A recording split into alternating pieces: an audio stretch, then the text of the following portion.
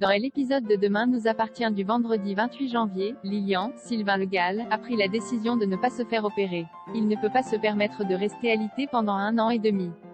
Cela marquerait la fin de sa carrière débutante de footballeur.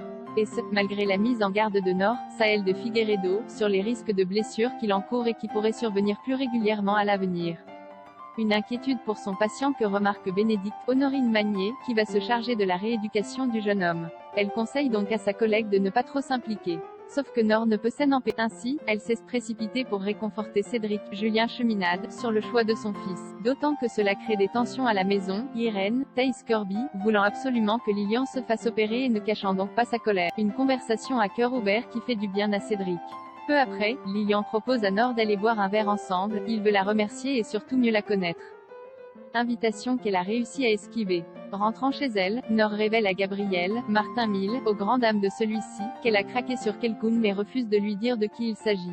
Néanmoins, ses gestes envers Cédric la trahissent. Maxime, Clément Rémien, est enfin de passage à Sète, avant son grand départ pour San Francisco, mais ses retrouvailles sont pour le moins particulières au vu des circonstances. Si Maxime se réjouit de retrouver son père, Alexandre Brasseur, au domicile familial, le bonheur est de courte durée. Chloé, Ingrid Chauvin, est convoquée par Martin, Franck Monsigny, et l'inspecteur de l'AS. Il souhaite avoir des explications sur la manière dont des anxiolytiques ont pu se retrouver en grande quantité dans les antibiotiques de Céleste. Pour cette maman, cela ne fait aucun doute, c'est Andrea, Aurélien Foubert, qui se cache derrière tout cela.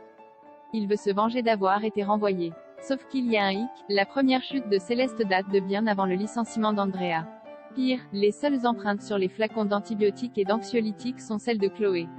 La théorie de l'inspecteur est simple, épuisée par ses nouvelles responsabilités au lycée, elle aurait drogué sa fille pour la calmer et pouvoir se reposer, et pour éviter toute accusation, elle aurait pris les devants en licenciant Andrea. Karim et Martin refusent d'y croire, Chloé reste la principale suspecte d'autant que le beau-frère de Chloé a découvert que la mère d'Andrea, décédée alors qu'il n'avait que 12 ans, ressemble comme 2 gouttes d'eau à Chloé. Le capitaine pense donc qu'il fait une fixette sur elle. Une hypothèse approuvée par Anna, Maud Baker, mais réfutée par le principal intéressé. Andrea profite d'ailleurs de sa convocation par la police pour préciser que Chloé était la seule à donner à Céleste ses antibiotiques, qu'elle avait même insisté pour qu'il ne s'en occupe pas. Malgré l'enquête de l'AS, Chloé reste la principale suspecte. Et les conséquences sont terribles, elle perd provisoirement la garde de sa petite dernière et a l'interdiction de l'approcher. Céleste est placée en foyer, tandis que toute la famille reste impuissante et abattue. Maxime qui, lui, ne cache pas sa colère, semble prêt à tout pour démêler le vrai du faux. Affaire à suivre dans Demain nous appartient. Loading widget.